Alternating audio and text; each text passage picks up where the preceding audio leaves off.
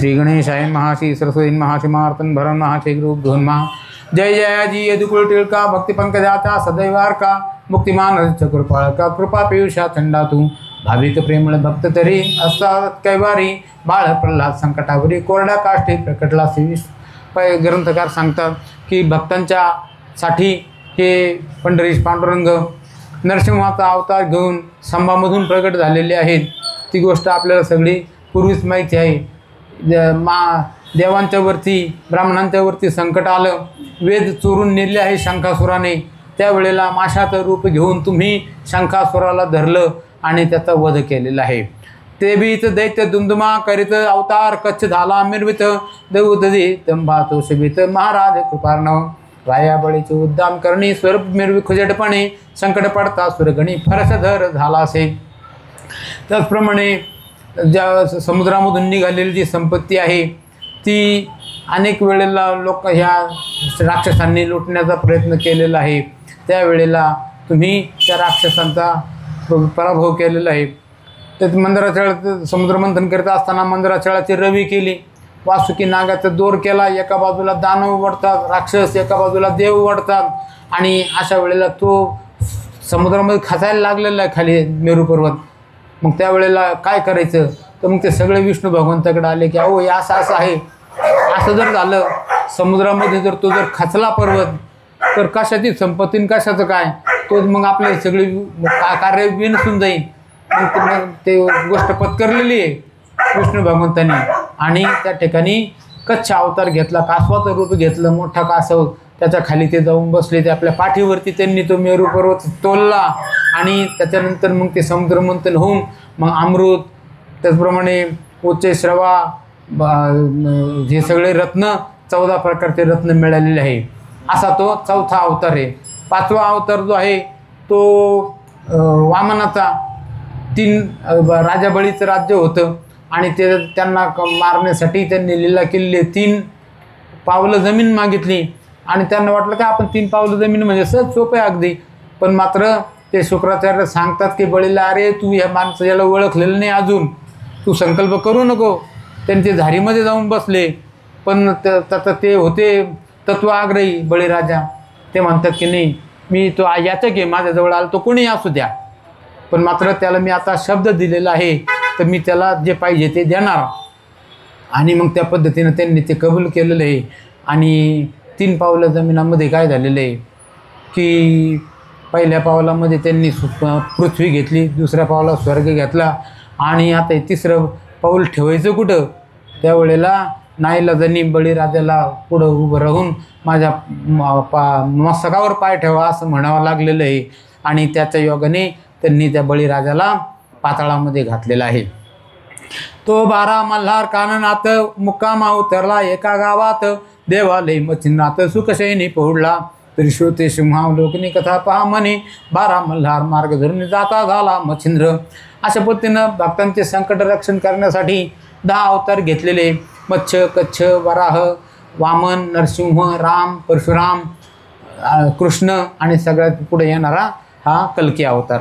12 मल्हार प्रांतामध्ये मच्छिंद्रनाथ गेलेले, तिथं मोठं जंगल होतं, आणि त्या जंगलामध्ये एका देवालयामध्ये मच्छिंद्रनाथ झोपलेले आहेत, आणि नेमकं दुपारी रात्री 12 वाजलेची वेळ आहे, आणि तेवढ्यामध्ये त्यांना काहीतरी आवाज आले म्हणून ते जागे झालेले आहेत। पाहतात तर त्या ठिकाणी अनेक दिवट्या फिरून राहिलेल्या आहेत, कोण हे काही दिसत नाही, अदृश्य आहे, दिवट्या मात्र दिसतात, इकडून जातात तिकडून येतात। तो रात्र झाली 2 प्रहर जागृत आहे नाथ मच्छिंद्र, तव कानाने दिवट्या पर मच्छिंद्रनाथ हे देखिल्या, इकडून जाती तिकडून येती ऐशे येर धारा करती, ते पाहून नाथ जती म्हणे भूतावळे उदेले, तरी या ते करावे प्रसन्न समय येत हाती दिसून, कोण्या तरी कार्या लागून उपयोगी श्रम पडतील। मग त्यांनी ओळखलं की अरे हे भूतक येतं इथे, आणि आज अमावस्या आहे म्हणून त्यांचा उदय झाला, आणि ते इकडून तिकडे जातात तिकडून इकडे येतात, त्यालाही घाबरवण्याचा प्रयत्न करतात। आता ते मच्छिंद्रनाथ होते, ते काय असे काय घाबरणारे नव्हते, ते विचार करतात की काय हरकत नाही, आपल्याला हे योगायोगाने भेटलेले, आपण काही यांना भेटायला आलेलो नाही, पण असं करू यांना आपण जिंकून घेऊ आणि यांचा कुठंतरी चांगल्या कामासाठी उपयोग करू, असं म्हटल्यानंतर त्यांनी मनामध्ये विचार केला आणि त्या भूतांकडे पाहायला लागलेले आहेत। तरी त्या ते आता शरणागत प्रसन्न करून घ्यावे भूत. श्रोते म्हणते कार्य कोणते भूता स्वाधीन असेल की, तरी ऐसेन बोलावे या वेळे भूत श्रीरामा उपयोगी आले. राक्षसा ते प्रेत नेले सम्रांगणे सुवेळे. आता मग श्रोत्यांनी मध्येच विचारलेले, अहो भूत ख्यातांना प्रसन्न करून तुम्ही त्यांच्याकडून कोणतं काम करून घेणार आहे, असं कधी पूर्वी झालेलं आहे का? त्यावेळेला ते ग्रंथकार सांगतात की असं काही तुम्ही समजू नका. पूर्वी हे भूत जे आहेत हे श्रीराम प्रभूंच्या लढाईमध्ये उपयोगी पडलेले आहे. त्यांनी राक्षसांचे प्रेत हे घेऊन गेलेले आहेत.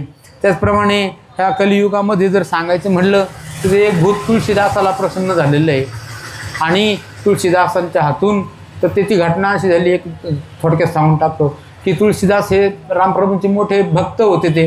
आणि त्यांना उपरती झाली आणि उपरती झाल्यानंतर ते तिथं तपश्चर्याला गेले.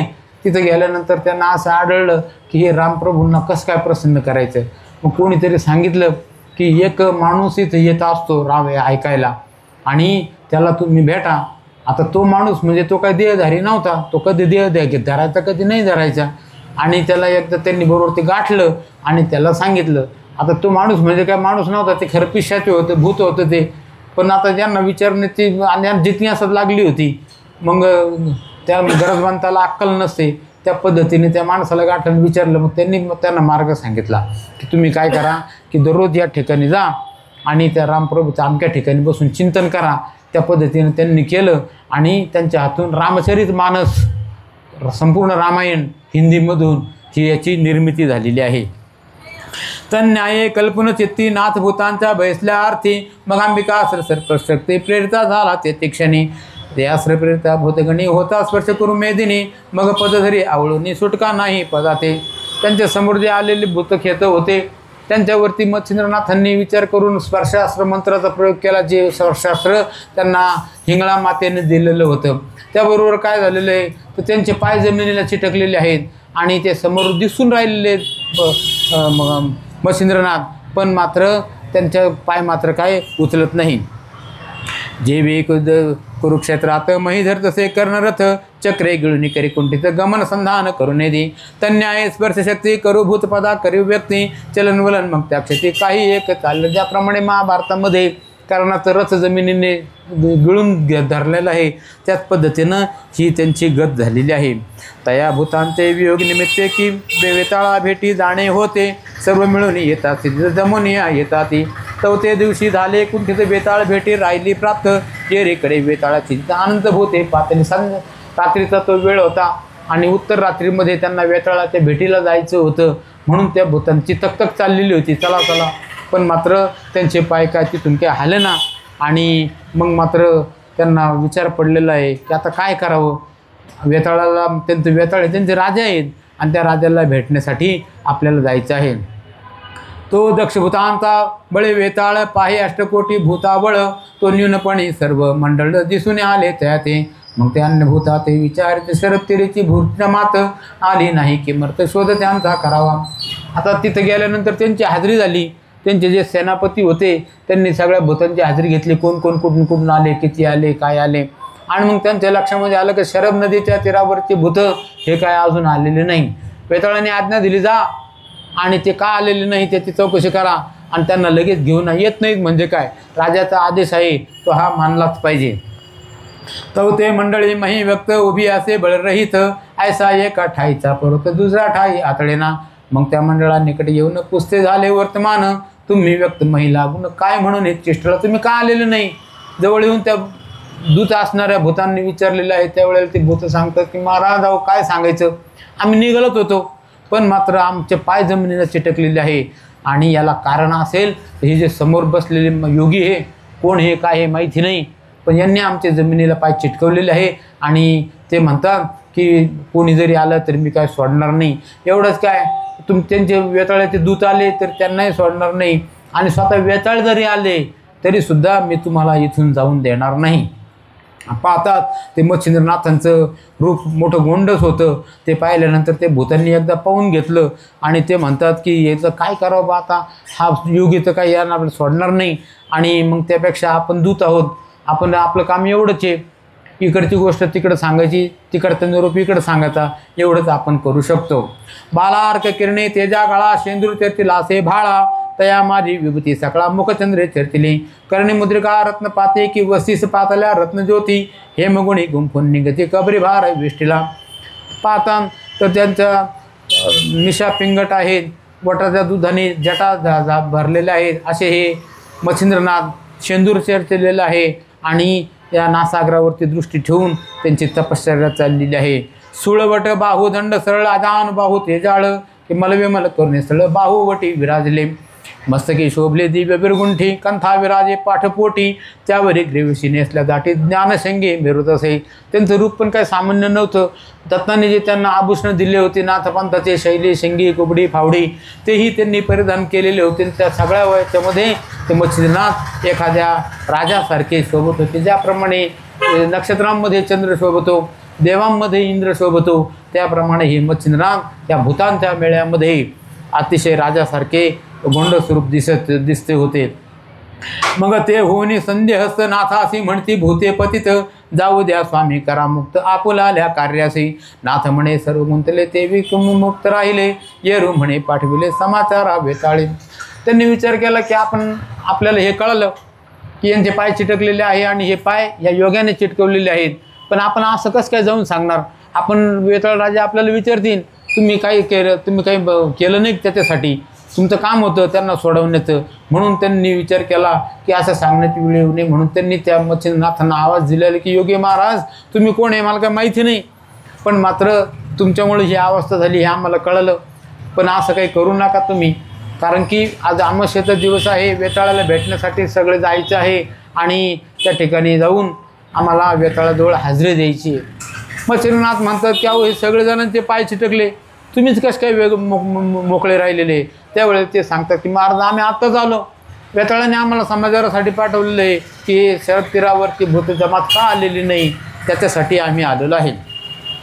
नाथ म्हणत तरी महाराजा मुक्त जाऊ द्या वेताळ गमनार्थ यावरी त्याची म्हणे नाथ सोडणार नाही सहसाही. तुमचा वेताळ आधी राणीव जाऊन त्या ते त्वरे सांगावे. येरू म्हणते मग अपूर्व भले नोय महाराजा तुम्ही कसे मुक्त राहिले, तर आम्ही दूत आहोत म्हणून मुक्त राहिलेलो आहे. मच्छिंद्रनाथ मनात विचार करतात की दूताला शासन करणं हे नीती नाही, दूताला शासन करायचं नाही, दूताकडून काय सांगतं ते ऐकतं. तुम्ही असं करा की या ठिकाणी तुम्ही जर आलेलेच आहे ना तर तुम्हाला पण काही जाता येणार नाही, तुमचेसुद्धा मी पाय इथे चिटकून ठेवीन. ते म्हणतात असं काही करू नका महाराज. मग जाऊ द्या तुम्ही चिटकल्यानंतर वेताळ येईन स्वतः, मग पाहू काय करायचं ते म्हणतात की महाराज असं काही तुम्ही करू नका. वेताळ हे भूतांचे राजे आहेत, जशी त्यांचे देवांच्या राजाला मान्यता आहे तशी भूतांचे राजे वेताळाला मान्यता आहे आणि त्यांच्यापर्यंत आतापर्यंत कोणी त्यांच्या नादी लागलेलं नाही. जे कोणी नादी लागले त्यांचा तळपाट झालेला आहे. तुमचं वेताळ खेळता बाबर देव हे मही बळाचे अष्टार्णव ब्रह्मांड जिंकुनी कंदुक भाव मही खेळती महाराजा. नवनाग जैसे सबळी त्या माझी फेडली कळी तया सवे कोणी रळी केली नाही. म्हणजे आतापर्यंत असणारे 9 प्रकारचे नाग आहेत, त्यांनी सुद्धा वेताळाचं अस्तित्व मान्य केलेलं आहे.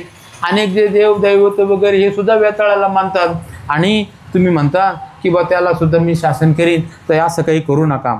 देव दानव गंधर्व असती तेही वेताळ बलाढ्य म्हणती तस्मात स्वामी त्या प्रतिश्रुत करून हे जी येरू म्हणे संपादने तेने काय करता दावणे तुमचा वेताळ पाहिल नाही बळ जे ठीक आहे सातो. त्यांना असं कळून चुकलं की हा काय आपल्याला सोडणार नाही. त्यावेळेला ते म्हणतात की महाराज आता आम्ही असं करतो, तुम्ही म्हणताच हे, आम्ही वेताळाकडे परत जातो, त्यांना तुमचा हा निरोप सांगतो आणि मग तुमचं काय असेल ते तुम्ही पाहून घ्या.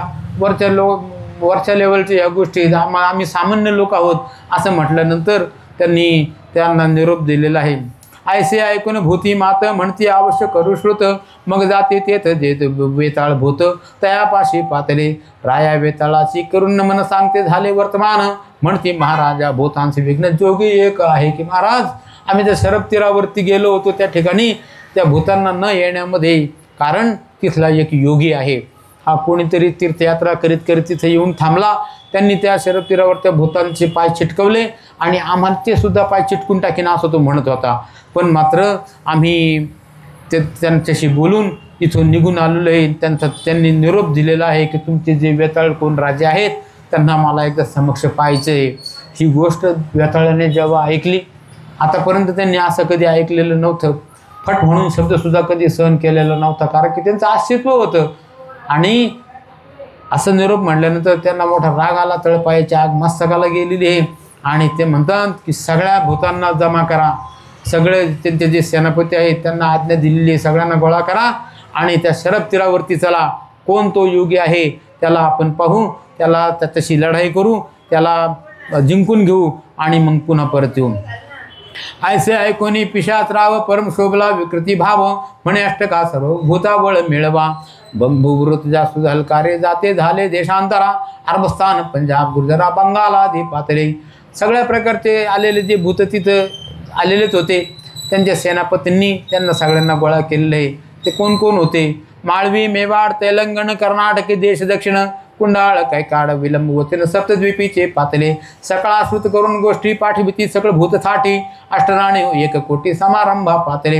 आता त्यांचे जे अष्ट सेनापती होते तर त्या सेनापतींना सुद्धा त्यांनी आज्ञा दिलेली. ते होते मोहम्मद, महिषासूर, धुळवान, बाबर, झोटिंग, मुंजा आणि सगळ्यात शेवटी हे वेताळाचे सेनापती. ते 8 सेनापती. या 8 सेनापतींनी सगळ्या भूतावळ्यांना मिळवलं आणि पुढे वेताळचे पुढं त्यांच्या मागं सैन्य, पुढं त्यांच्या मागं हे 8 राजे, त्यांचे सेनापती आणि त्यांच्या मागं वेताळ, असे हे त्या शरब तीरावरती जायला निघालेले आहेत. मुंजा नरसिंहाचा अवतार म्हणून विरात त्याचा संचार तोही 1 कोटी भार घेऊन या मिळाला. ऐसे कोटी भार उतरले गिरीवर महाभद्र तो आग्या वेताळ वीर येऊन या पोचला. तो 8वा जो सेनापती आहे तो आग्या वेताळ. आणि मग हे सगळे 8 सेनापती ह्या भूतांच्या बरोबर निघालेले आहे आणि शरब नदीच्या तीरावरती ज्या ठिकाणी मच्छिंद्रनाथ उतरलेले होते, तिथल्या भूतांचे पाय चिटकवले गेलेले होते, त्या ठिकाणी आलेले आहे. ते पाहुनी मच्छिंद्रनाथ करी कवळी विभूती पात आराधोनी मंत्र अति तत्पर परी सर्वांचा प्रताप पाया थोर मही विराजे उगला. ती मच्छिंद्रनाथ सावध होते. त्यांनी विभूती हातामध्ये घेतली, वज्रास्त्र मंत्राचे जप केले. ते स्वतःच्या भोवती त्याचं रिंगण केलं. त्याच्या योगाने काय झालेलं आहे, त्यांच्या भोवती वज्र हे फिरायला लागलेलं आहे. आणि ह्या 8 सेनापतींना आज्ञा दिली, अहो हे पहा त्या काहीतरी लागा धरा त्याला, आणि म्हणून ते धरायला गेलेले. पण ते वज्रमध्ये आलं, त्यांना काय ते धरता येईना. मग त्यांनी आपल्या जवळची भाले, बर्त्या, खड्ग, तलवारी मारायला सुरुवात केली. त्याचाही काही परिणाम होईना. मग मात्र त्यांनी हे जे 8 सेनापती होते यांनी विचार केला की याला आता हा असा काही सापडायचा नाही, तर याला आपण सगळेजण मिळून याच्यावरती हल्ला करू आणि याला ताब्यात घेऊ. ते पाहुनी मच्छिंद्रनाथ करी कवळून विभूती पाहत आराधोनी मंत्रशक्तीचे लखलखित पै केले. करते अपारांबरा वज्रास्त्र सकळ मोळे भारा कदा काळी मानिना. त्यात अष्टपिशाच नृपाळ सुरपे करून अति विशाळ तरुटा किती उपटून बळे मत पर्जन्यासारखं एकच माणूस.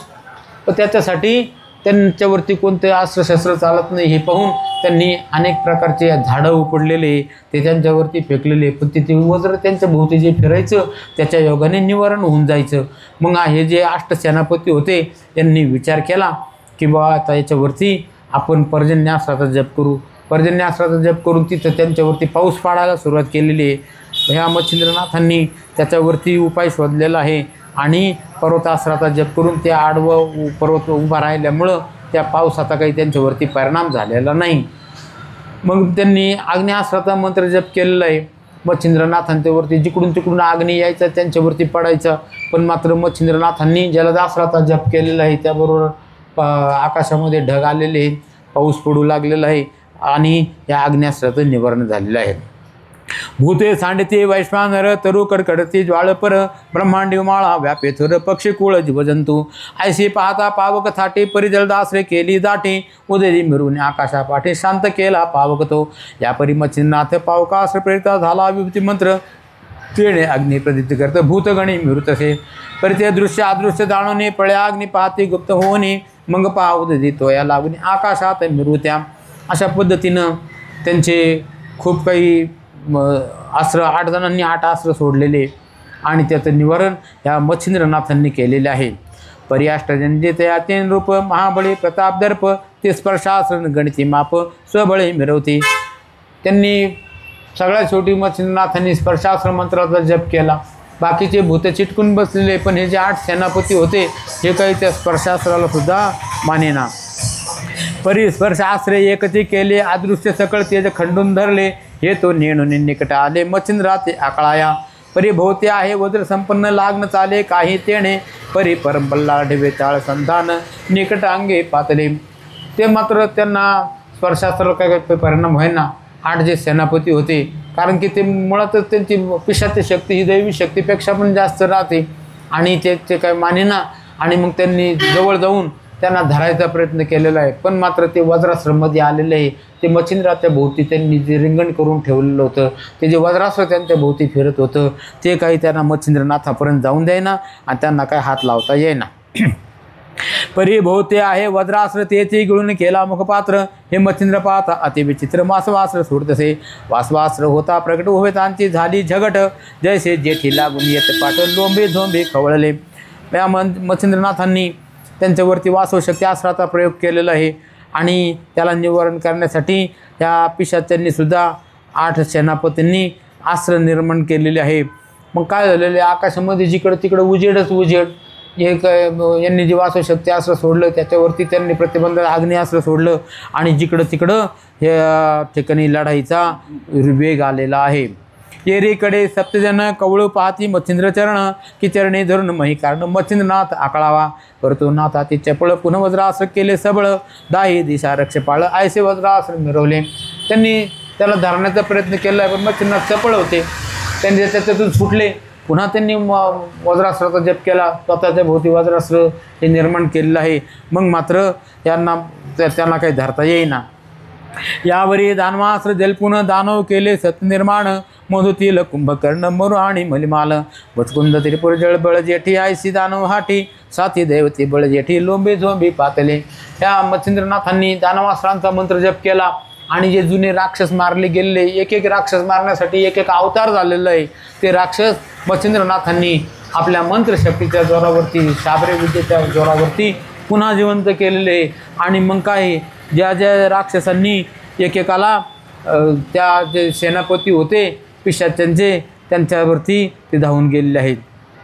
मुचकंद त्रिपुर बळजेठी आयसी सप्त दानव हाटी साथी दैवते बळजेठी लोंबे झोंबे पातले झोटिंगाते मधु झगटे खेळतेतील कुंभक नेटे बाबराचे कुंभकर्ण लोटे झोटे धरणे झगडते. मग काय, मधु राक्षस हा झोटिंग सेनापती आहे भूतांचे, त्यांच्याशी झगडला. तिल जो आहे त्याच्यामध्ये कुंभकर्ण तो राक्षसाला झगटलेला आहे, कुंभकर्ण बाबराशी झगटलेला आहे आणि महम्मदाला मरु राक्षस भेटलेला आहे. मालिमल राक्षस हा मुंजाला भेटलेला आहे. महिषासूर हा मुस्कुंदाला भेटलेला आहे. धुळवान राक्षसाचे जे भूतांचे सेनापती त्याला त्रिपुरासूर झगटलेला आहे. आणि मग काय, तिथं राक्षसांची आणि ह्या भूतांच्या सेनापतींची लढाई चालू झालेली आहे. मच्छिंद्रनाथ हे तसे स्वतंत्र सुरक्षित आहेत. अष्टदानव एक दिन रात्री 7 जणांना विश्रांती लाथा केवळ हुमण्या देते वर्मावर मी जाणून या तेणे करून प्रहार भेदितात हे विकळ होतं मुष्टी प्रहार हे मूर्छित होतं मही पडती आदळ. आता दोन्ही पावर शक्तिशाली होते, ते तुल्यबळ होते, कोणीच कोणाला आठपणा, अशा पद्धतीनं ते लढाई त्यांची चाललेली आहे. मग 7 जणे दानवास्त्र भिडता केले त्या जर्जर मग सप्तदानव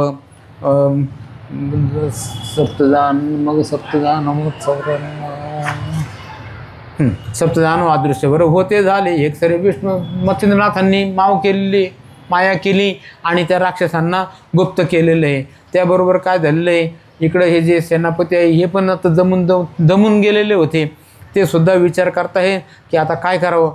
येरीकडे वासव शक्ती भेटता प्रेमे वेताळा प्रति तो संधान पाहून हृदय स्थिती वासव शक्ती भेटत असे तेणे घाया ती सवळ मूर्छित झाला वेताळ मै पडता होता वेळ अदृश्य पावत झाली शक्ती. ते मच्छिंद्रनाथांनी जी वासव शक्ती सोडलेली होती त्याच्या योगाने वेताळापर्यंत ती शक्ती पोचलेली आहे.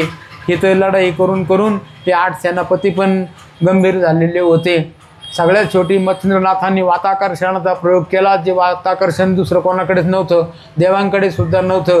त्याचा प्रयोग केल्यानंतर त्या वेताळासहित अष्टभैरव जे आहे त्यांना वारा व्हायचं थांबलेलं आहे, त्यांना काही श्वास घेता येईना आणि ते जमिनीवरती पडलेले आहे. सिद्ध प्रयोग होता नेती संचरत अष्टदेहाप्रती तेणे करून वातगती आकर्षण होत असे जेव्हा आकर्षण वात होतं तव वास्त पादाचे चलन राहतं, परम क्लेश उचंबळत मूर्छा शक्ती निर्वाया, ऐशी होता त्या अष्टम आवृत्ती मग एकमेकां प्रति बोलती, आता आसंडूनी अमृती शरण बेगे गावे, श्वासच घेता येईना. मग त्यावेळेला तिथे विचार करू राहिले हे की आता आपली इथं समाप्ती होईल. आपण आता खरं ह्या योग्याला कोण आहे काय असेल, जे असेल ते असेल, आपण त्याला शरण जायला पाहिजे. त्यांनी आपसात विचार केला आणि वेताळांना त्यांनी सांगितलं की महाराज आतापर्यंत आम्ही लढाई केली, पण आता मात्र आमचंही काही बळ चालत नाही. तर आमचा असं सल्ला आहे की तुम्ही त्यांच्याशी समेट करा आणि त्यांना आपण शरण जाऊ आणि त्यांच्याकडून वरदान करून घेऊ. जैसे राम प्रसादे करून लंका राणी विभीषण, की बाळी ते कृतीने राज्य केलं मिरवला सुग्रीव, त्यांना येथे करून वाचवावा आपला प्राण, उपरे जीवल्या संगोपन आश्रय होईल हा एक. आता तशी वेळच आलेली आहे आणि जर आपण याच्यामध्ये जर थोडा जरी वेळ घालवला तर इथंच शांती होईल आणि मग मात्र आपल्याला हे बोलायला सुद्धा वेळ मिळणार नाही. पूर्वी जसं रामप्रभूंनी जसं जिंकून घेतलेलं आहे आणि बिभीषण त्यांना शरण गेलेलं आहे आणि त्यांचा जीव पण वाचवलेला आहे आणि राक्षस कुळाला पण वाचवलेलं आहे बाकीच्या उरलेल्या, त्याप्रमाणे आपण सुद्धा त्यांना शरण जावं असा सल्ला वेताळांनी ऐकला. आणि त्यात ते विचारी होते, त्यांनी विचार केला की हे काही बरोबर नाही, हे म्हणतात हे खरं आहे आणि त्यांनी मग त्याला मंजुरी दिलेली आहे की काय हरकत नाही, तुम्ही म्हणता त्या पद्धतीने आपण त्यांना शरण जाऊ आणि रक्षण पण करू. ऐसे बोलून एकमेका निश्चय करून नेटका, म्हणती महाराजा तपून ऐका सीमा झाली प्रतापा, तन्याय सर्वज्ञ मूर्ती सोडवी आम्हा क्लेश पद्धती, क्रोधानळे प्राणाहुती योजू नको महाराजा. मग त्यांनी वेताळाला पुढं केलेलं आहे आणि या सगळ्यांच्या वतीने वेताळ महाराज मच्छिंद्रनाथांना म्हणतात की नाथ महाराज आम्ही तुम्हाला शरण आलेलो आहोत आणि आमचं रक्षण करा आणि आम्हाला याच्यातून वाचवा. तू प्रत्यक्ष असती नारायण हे नेणोने रळी तुझ्या कारण केली, परिउचित धन प्राप्त झाले साध्येची, जैसा जटायू आणि संपाती प्रताप दाऊ गेले गबस्ती, परिभोग दशा प्राप्ती साध्यते झाली लाभावरी. तेव्हा आम्ही तुम्हाला आता शरण आलेलो आहोत, आमची याच्यामधून सुटका करा. आणि ज्याप्रमाणे पूर्वी अशा घटना घडलेल्या आहेत, जटायूने रामप्रभूंना त्या सीतामाईला वाचवण्याचा प्रयत्न केला पण त्यांची आहुती पडलेली त्याच्यामध्ये, ते काय सीतामाईला त्यांनी वाचवण्यासाठी प्रयास केला तो वायाला गेलेला आहे.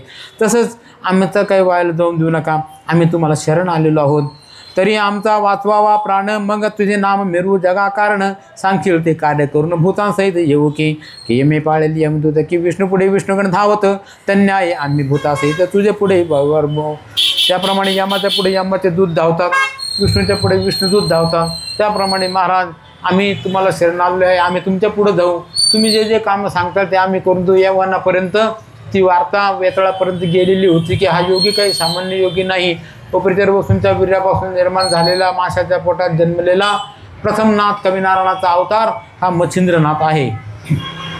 हे जरी म्हणशील खोटे तरी पुरदा बुडू नरक कपाटे आणि पंचपातके महानेटे निज मस्तकी मृग. एवढंच काय की तुम्ही जर आम्हाला याच्यातून वाचवलं, जर आम्ही जर त्याप्रमाणे वागलो नाही तर आम्ही शपथ घेतो की अनेक प्रकारचे जे पातक आहे ते आमच्या माथ्यावरती पडत, पण तुम्ही आम्हाला पहिल्यांदा वाचवा. गो हत्यारी ब्रह्महत्यारी श्री हत्यारी बाळ हत्यारी मातृपितृ गुरु हत्यारी पंचपातके मिरुके ऐशी पातके रैरो क्षती भोग मिरू संवत्सरायुती या ते साक्ष चित्र गुप्ती लीन मुखपदा मिरू. की जर आम्ही असं शपथ घेऊन त्याप्रमाणे जर वागलो नाही तर हे जे काही महापातक आहे ब्रह्महत्या सुरापानम सेयम गुरुभंगना गमहा. ब्रह्महत्या एखाद्या माणसाची जनावरांची हत्या करणे, सुरापान दारू पिणे, ब्रह्महत्या सुरापान सेयम दुसऱ्याची वस्तू अनाधिकाराने घेणे, गुरुभंगना म्हणजे दुसऱ्याची स्त्री अनाधिकाराने पळवणे आणि ह्या चारांची संगती हे पाचवं महापाप आहे. हे पाचही महापातक जर आम्ही आमच्या शपथेप्रमाणे वागलो नाही तर ते आमच्या डोक्यावरती बसतील. ऐसे आमचे बोल निश्चित काया वाचा धरून निश्चित, तरी आता होई कृपावंत दयाल रे मिरवावी. यावरी मुले बच्चिंद्रनाथ साबरी विद्या मम कमित्व त्या ते साहेभूतांशी कार्यार्थ तुम्ही असं तुम्ही म्हणते सगळं खरे, पण मात्र मला महत्त्वाचं कार्य जे आहे शाबरी विद्या निर्माण करते त्याच्यामध्ये तुम्हाला सहभाग पाहिजे. त्यावेळेला म्हणते महाराज तुम्ही म्हणाल ते आम्ही करायला तयार आहे, पण आमचा आता प्राण चाललेला आहे, आम्हाला पहिल्यांदा वाचवा. आणि मग मच्छिंद्रनाथांनी त्याप्रमाणे हातामध्ये विभूती घेतली, विमुक्त आश्रमाचे मंत्रजाप केले आणि ती विभूती तिकडं सोडल्यानंतर वारा वाहायला लागला, त्यांना श्वास घेता यायला लागलेला आहे आणि ते उठून उभे राहिले वेताळ राजे पुढे गेलेले आहे, मच्छिंद्रनाथांच्या पाया पडलेले आहे. त्यांचे जे 8 सेनापती मुर्जा, नरसिंग, धुळोबान, बाबर, जोटिंग, ममदा, महिषासूर हे सगळेजण येऊन मच्छिंद्रनाथांच्या समोर त्यांच्या भोवती गराडा करून उभे राहिले. जसं चंद्र शोभतो नक्षत्रांमध्ये, देवांच्या मेळ्यामध्ये इंद्र जसा शोभतो, त्याप्रमाणे ह्या भूतांच्या मेळ्यामध्ये मच्छिंद्रनाथ हे शोभायला लागलेले आहे. मग मच्छिंद्रनाथांनी त्यांना सांगितलेलं आहे की वेताळ महाराज, तुम्ही आणि तुमचे सेनापती यांना आता आम्ही मोकळं केलेलं आहे, पण तुमच्याकडून महत्त्वाचं मोठं कार्य करून घ्यायचं. ते म्हणजे असं की शाबरी विद्याचं उदय या मच्छिंद्रनाथां माझ्यापासून झालेलं आहे आणि याच्यासाठी तुमची मदत आम्हाला लागणार आहे.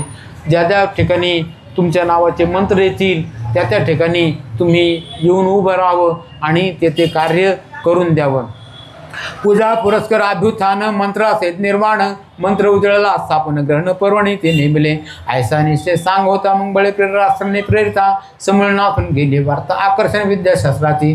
तेव्हा जलपोनी विमुक्त आश्रम मंत्र केले पिशा सर्वत्र, मग मच्छिंद्रपद नमनी पवित्र सन्मुख उभे राहा. तेव्हा महाराज, तुम्ही आम्हाला जे उदान दिलं हेच आम्हाला फार आहे, तुमची जेही तुम्ही सांगाल ते कामं आम्ही करून देऊ.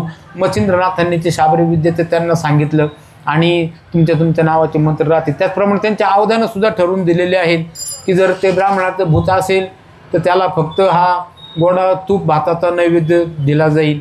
जे कोणी मांसाहारी काही हे असतील त्यांना ते तसं हे दिलं जाईल आणि तुम्ही मात्र ते प्रसन्न राहून त्या व्यक्तीला हे करावं, रक्षण करावं त्यांचं. म्हणून ती पिशाच्या वरतीसुद्धा नाथशक्ती प्रबळ आहे आणि आजही जर कोणी किती जरी मोठ्या पिशाच बाधेमध्ये असला पण नाथांची विभूती जर लावली तर तो त्याच्यामधून मुक्त होतो. अष्टजन मुख्य नायक ते बोलते बोलावून सगळीक की मच्छिंद्रकार श्लोक जगोपकार आवडला असे तरी त्याचे धाके कोणी तयासाये पिशात आसवे येऊने सांगितले त्याचे कार्य द्या करून मंत्रोच्चार होताची. ह्या 8ही सेनापतींना वेताळांनी आज्ञा दिलेली आहे की तुम्ही आपल्या आपल्या भूतगणांना सांगा की मच्छिंद्रनाथांचे जे मंत्र येतील त्यावेळेला तुम्ही तिथं प्रगट व्हावं आणि त्यांचे ते कार्य करून द्यावं. ऐसे ऐकून भूते अवश्य म्हणते जोडून हात, यावरी बोले मच्छिंद्रनाथ आणि वर मज द्यावा. आज येथे तुमचे आमचे संरंगण झाले बळसळ करून त्या संरंगणात कथन लोके ऐसे मिरवले.